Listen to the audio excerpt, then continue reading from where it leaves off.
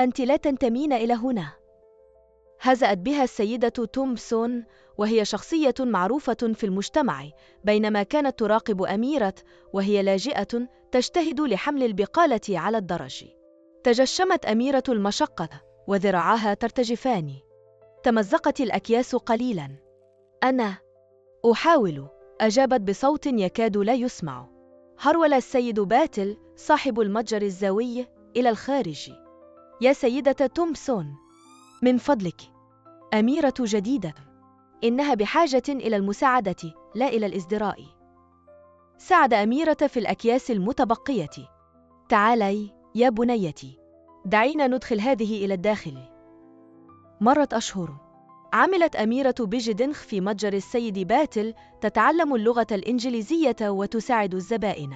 كانت دائما ترتسم على وجهها ابتسامة وكلمة طيبة.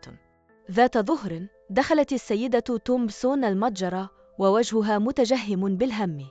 يا سيد باتل، أنا بحاجة إلى التحدث إليك. ما الأمر يا سيدة تومبسون؟ سأل السيد باتل بلطف. المصنع لقد أغلق. فقدت وظيفتي. لا يمكنني دفع إيجاري. ترقرقت الدموع في عينيها. تقدمت أميرة وهي تسمع إلى الأمام. يا سيدة تومبسون، أنا يمكنني المساعدة. سخرت السيدة تومبسون. أنت ماذا يمكنك أن تفعلي؟ قابلت أميرة نظراتها. لدي بعض المال المدخر. يمكنني مساعدتك في دفع إيجارك فقط حتى تجدي شيئا آخر. حدقت السيدة تومبسون في أميرة غير قادرة على الكلام. تلعثمت. ولكني كنت غير لطيفة معك. ابتسمت أميرة بلطف. الجميع يستحقون فرصة ثانية. بعد أسابيع نظم المجتمع حفلا لجمع التبرعات للسيدة تومبسون. وقفت أمامهم متواضعة. كنت مخطئة، اعترفت، وصوتها مختنق بالعاطفة.